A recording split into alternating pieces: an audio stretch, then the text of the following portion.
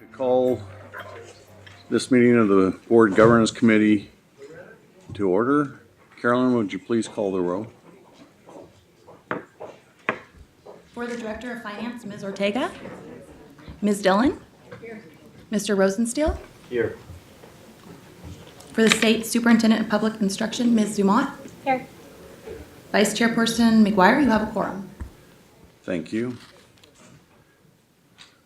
Okay. The first item of business is approval of committee agenda. Do I have a motion? So moved. Second. All in favor say aye. Aye. Thank you. Motion passes. Item 2, approval of minutes of the April 2, 2014 Board Governance Committee meeting, open session. Are there any comments or discussion? Have a motion? Second. It's been moved and seconded. All in favor, please say aye. Aye. Those motion passes. Thank you. Okay, item 3 is a information item, but it may change. On the board policy manual revisions, third reading. Mr. Bartow, please. Thank you, Terry. Just a little background before we start, but first I did want to introduce Nancy Williams and Amy McDuffie from you at Ennis Knupp, your board governance consultants who did most of the work on this item and did a really great analysis that you have a copy of that in your materials. But I did want to put this in context, if you will. I know Vice Chair McGuire asked me about this being an action item, and the reason it's an action item is over the last several meetings, the committee has made minor adjustments to the board policy manual. So it's really not another reading. It's really sort of a continuation of the discussion. So the things that are in your materials now have not been presented to you before, and there is actually nothing to read. It's more of a discussion about what the work plan, what your preference is for the work plan for next year, based upon the expert analysis of Amy and Nancy, and then recommendations that we'll make, and any questions that you might have. But that's kind of what we would like to come out of this with. That's why there's not a draft work plan for you to consider. It's sort of for you to give us your guidance on what you'd like to address, and then we will then take that forward, put it in a work plan for next month for approval by the board. So that's kind of the to-dos coming out of this. So anyway, well, I'm going to ask Amy to get started because, as I said, she did a lot of the work and has a lot of expert recommendations, and then, of course, answer any questions as we go along. Thank you. Mr. Chair, members of the committee, I'm Amy McDuffie with here at Ennis Knupp. It's a pleasure to be here today and see you all again today. In April, we did get direction from the committee to conduct a broader review of the governance manual, and the idea was to look at it in entirety from the perspective of, is it in line with contemporary best practices, and also how it might be able to be reduced without losing the substance of what had been in the policies.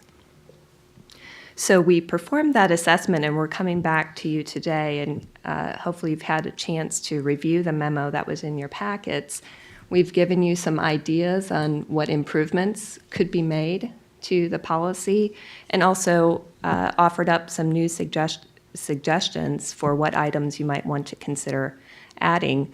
Ultimately, in terms of the work plan, it's up to the committee as to what interests you out of the items that we suggested and how you'd like to see those filter into the work plan for the next fiscal year, if at all. So I'd be happy to address any questions that you might have about the recommendations that we made or our findings.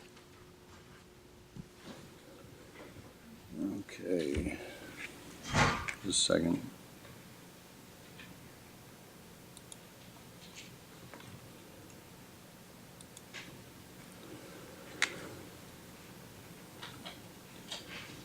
All right, I don't see any requests to speak.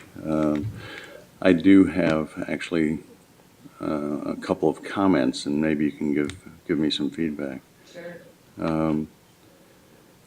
The actual item has on page 2, looks like 7 bullet points of, recommendations that we might consider as part of the work plan. Frankly, I think the first 6 make a lot of sense. That this committee should probably undertake those 6 items. The last item, addressing some omissions that you've seen incorporated in some other work plans, which basically seem to be or not work plans, but in policies, which frankly, most of those items I thought were not necessary, even though they may be in some other policies of some other institutions. I didn't see them as personally necessary, and I would like some comment from maybe some of the other committee members. But I felt the first 6 are probably very appropriate. The question would be, how much could we put into the work plan for just this year? Because the 6 of them combined is probably quite a project to undertake in 1 year's work plan. So does anyone on the committee have any thoughts or comments on? Terry, can I offer a comment as people weigh in? If you look at the last bullet point, let's see, so it's 7th bullet point, it talks about emissions. And if you go over to, I think it's Board Governance 11, which is page 4, the last on the memo. The last 3 bullet points on there, I sort of would be my recommendation that if you get to item 7, that I do think that there has been some discussion at the board level about what's the role on selection of consultants. There's been I know that there were some contractual issues, and so to me, I think that's a good recommendation. The list of regular reports that staff must provide to the board or will provide to the board, I like that as sort of, and maybe I'm learning it from the audit committee, but I like that as sort of a cross-check for you. Say, okay, wait a minute, where's that report that we're supposed to get in June? And staff is, make staff put together so you're fully informed every year of what you should see, and then it's up to staff to stick with that. And actually, I'm sorry, those are the only 2. The self-evaluation process, I'm agnostic about that. But if you notice down the paragraph, the penultimate paragraph that starts with lastly, these are policies, an appendix, but there's also the question of the board has some policies that are in past resolutions, in past board items.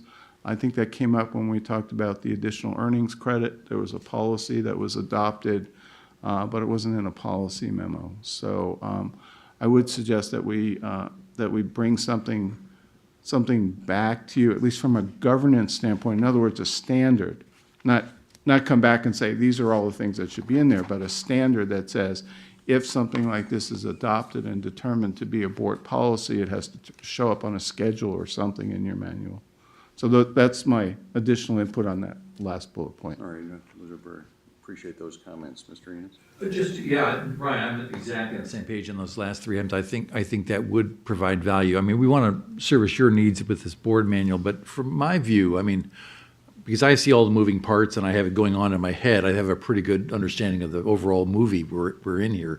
But if I were on your side, there's so many moving parts to this. I think the policy manual can bring together all those key reports that we do, rather than you seeing them, well, I happen to be on this committee this year, so I'm seeing these reports, and I happen next year to be on this committee, and I see this piece of it. But to me, the manual can do a tighter job of creating a composite view. And Brian, the only thing I would add is what you and I talked about once was not just necessarily maybe a composite document on the reports, but the key action items that they take every year, not just accepting reports, if it's adopting interest rates or if it's adopting actuarial valuations. But to me, that would be valuable to have maybe a composite decision chart too, in some fashion. I just looked that up, so thank you. Yeah, and that, otherwise you're just adding all these committee things together in your head and trying to keep it straight.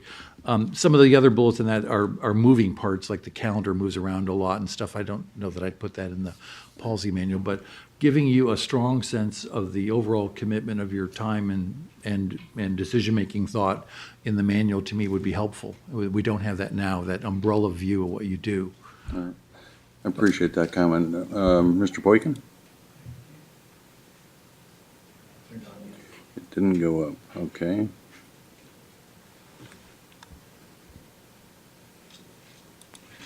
There you Got go. it, yeah.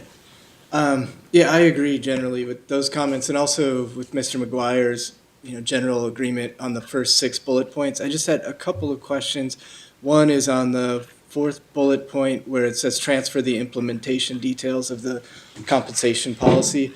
A couple of times a year, we make pretty big decisions about the compensation policy, and it's very complex. So it's, I don't care if it's here or if it's somewhere else, but I think it's very important that that remains kind of in front of the board so that they can understand as much as we can what that policy is. And then, I'll leave that one first, and then I have another comment too. So I wondered what are the implementation details that would get moved out of the board policy? Yeah, certainly a good example of some of the implementation details that are contained in the policy. There's a salary schedule for designated positions going back to 2008, which are details from prior fiscal years that don't necessarily apply to this year. So that's a good example of something that could be transferred to an implementation-oriented procedures manual. Still could be brought as information when you're having the discussions in the compensation committee, but the question is, should it be part of the policy? Do you want it to be part of the policy? And as part of the reason for moving it, that there's so much there and it's very complex. Yeah. Yeah. I get, as long as it comes in front of us when we need to make decisions. Yeah, and the whole idea is to make the policy more memorable, more workable, so that when you're in your discussions, it's easier to get not only your objectives that you had agreed to in prior years, but also remind yourself of which key areas need to be addressed as you go through those discussions. And then my only other comment was in the board governance piece, it outlines the education policy, which I've always thought we have a very good, right from the orientation for new members. But to the extent that there is legislation being considered, forget the bill number, but there's a bill that would create sort of standards that I think we probably meet with our education policy, but, this might be a good time to look at our education policy and just make sure that what's in that bill is captured. That's a good suggestion, thank you. All right, thank you, Mr. Boykin. Ms. Suman?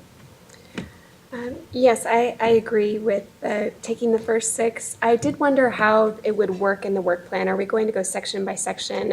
We usually meet just a few times a year, so how would that be laid out?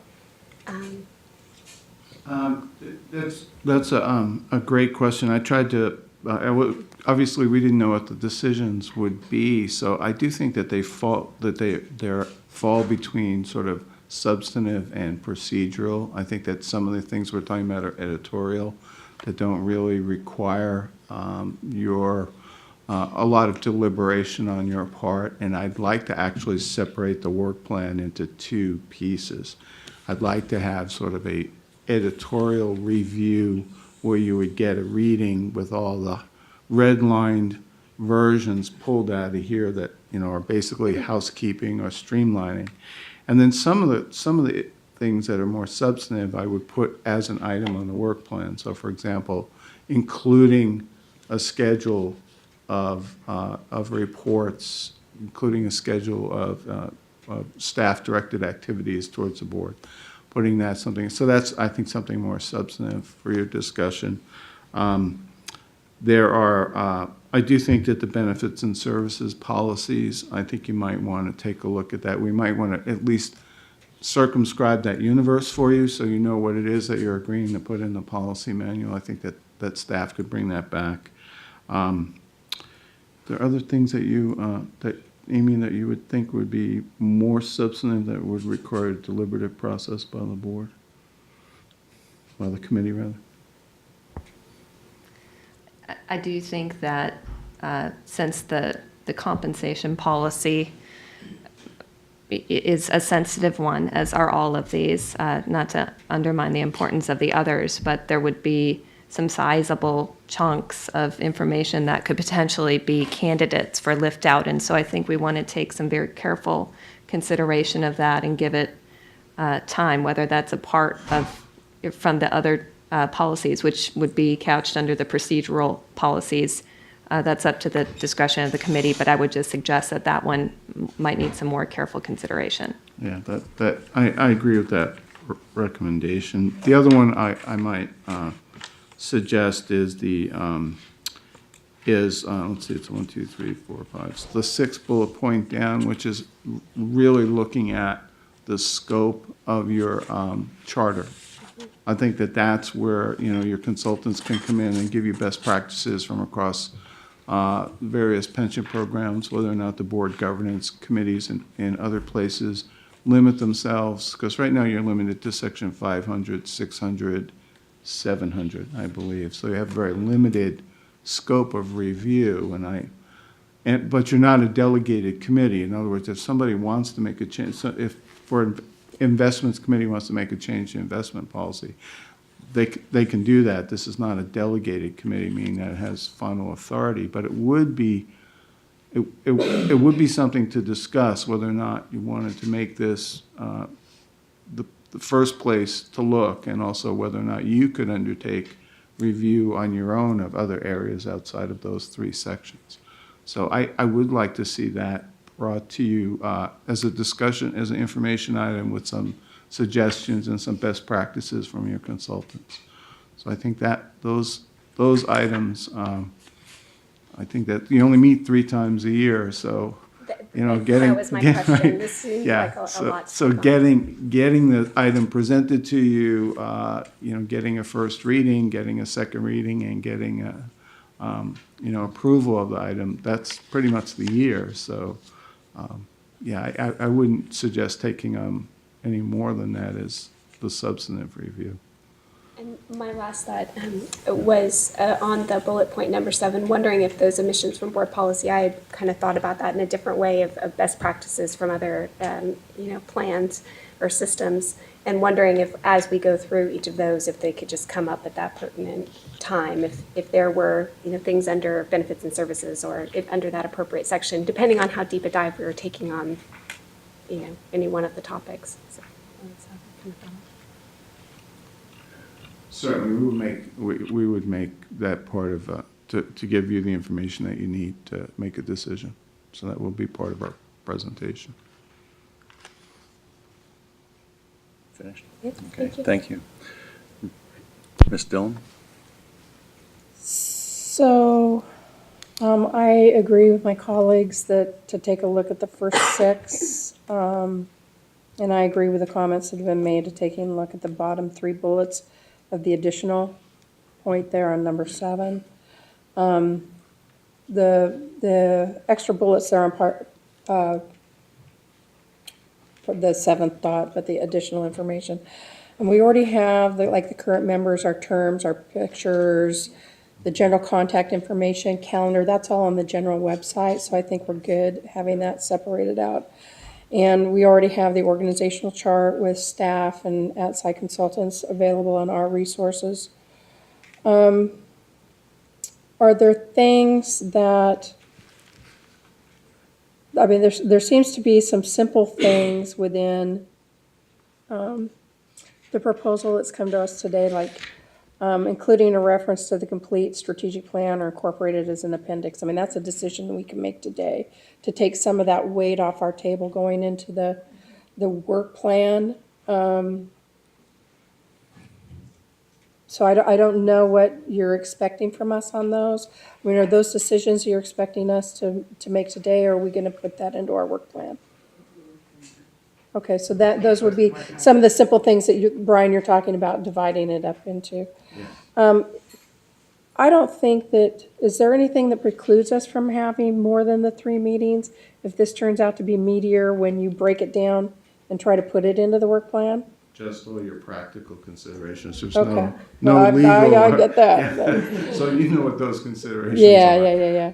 But there's, I mean, if it turns out that there's something a little bit beefier that we want to really dive down into, then we're going to be able to do that. The last comment is, several of the comments have to do with formatting of policies so they're consistent and include a similar degree of detail, and that's within the sections. But it seems to me, in taking a look at the bullet where we talk about the Board Governance Committee expanded to the entire board policy manual, that a similar formatting, not just within those sections, but throughout the whole manual would be called for. Yes, that's correct. Okay. I think that's something that we definitely need to take a look at. Okay. Thank you, Amy. Thank you, Nancy and Brian. I actually had a follow-up on that because when I talked about my recommendations and we were talking about the 3 bullet points on page 4 or Board Governance 11, one of them is a policy regarding the board's self-evaluation process. So that's actually drafting a policy and bringing the actual policy before you. So if that is your, if you are directing us to do that, that would be a separate item on your work plan, because it would be the first time you actually saw a policy like this. Where is that now? Is it just a practice that we have that we don't have It's policy just a on? really good practice that isn't codified anywhere. Oh, Yeah. okay. So, something like that, I can envision codifying what you're currently doing. It might be a policy that's, I don't know, a page long, half a page long, but it just says, we're committed to doing this for this purpose, and, just so, right now it could disappear. You wouldn't even have to make a policy change. You could just sort of stop doing it. But if it was in your governance manual, it would take a little bit more to stop doing it. All right, I don't see any further comments or questions. I think we, as you sort of summed up, Brian, I think we left out Mr. Boykin's suggestion also on the education policy. We have to work that into it. I'm not quite clear, or I'm a little concerned that everything that was added on, or in the recommendation, plus a few of the items that have been suggested in addition, maybe we have about 2 years of a work plan here. I'm not quite sure. I would, Brian, I don't know if you have a recommendation. I sort of see something that you would try to incorporate 3 or 4 of these items into something that would be the first work effort for our next committee meeting, and then at that time present a more detailed work plan for the balance of the items. Does that make some sense? It does, and actually, considering the timing and the limited number of meetings, I think that's excellent suggestion. I think that one of the things that a priority for us to bring to you, I think, is that piece regarding what should be seen by the board and what reports staff should make to the board, and what I think that's a schedule, and we can at least come up with a format, and it's up to staff to direct it. I do think that also some of these things, I think the first thing we should bring to you is a discussion about the compensation policy. If that is so lengthy that we want to move it, that's not the contents of the policy, but whether or not you want to adjust the board policy manual. I think the scope, I'd really like to start the discussion of the scope. I think the scope of this committee's charter will really sort of drive the rest of the discussion, I think. And so those are top ones for me. I recognize, Mr. Boykin, your suggestion, but I can think we should report back to you whether or not the policy is consistent with the proposed legislation and if there are any changes. So I think that would actually be an easy tick-off item that we could do the next meeting. All right, I don't necessarily think that we need a motion. There's been, I think, a lot of discussion. Unless someone feels they'd like to make a motion, I think the Chair could direct Mr. Bartow to group those items into the work effort for our next committee meeting, plus bring back a little bit more of a defined work plan for us to look at to address the remainder of the issues. Absolutely, we'll do that. Yeah, we have that direction pretty clear. Are there any other comments or questions on item 3? Seeing none, item 4 is review of information requests. I think we just have a big request to come back at the next meeting, Brian. I heard that. I don't think there are any additional items on that. We also have the draft agenda for next committee meeting. I don't think there are any comments or questions on that. So on that one, item 3 would basically be, what you just instructed us to do would be under the action item for board policy revision. Action/information. And you're probably going to characterize it as a 4th reading, even though it'll be the first time we see something. Actually, no, I believe, based upon your comments, Mr. McGuire, that I will not do that. Thank you.